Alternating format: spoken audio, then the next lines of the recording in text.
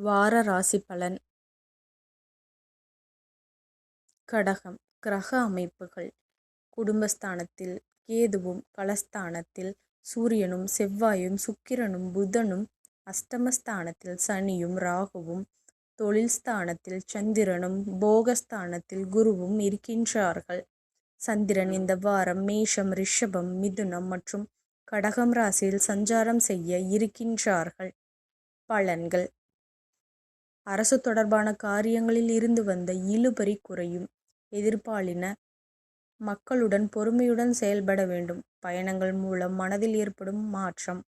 கலைநுட்பமான செயல்பாடுகளில் ஆர்வத்துடன் கலந்து கொள்வீர்கள். சுபகாரியங்கள் தொடர்பான பேச்சுவார்த்தைகள் சாதகமாக அமையும்.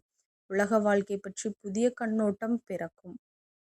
தாய்மாமன் வழியில் அனுசரித்து நடந்து கொள்ளவும்.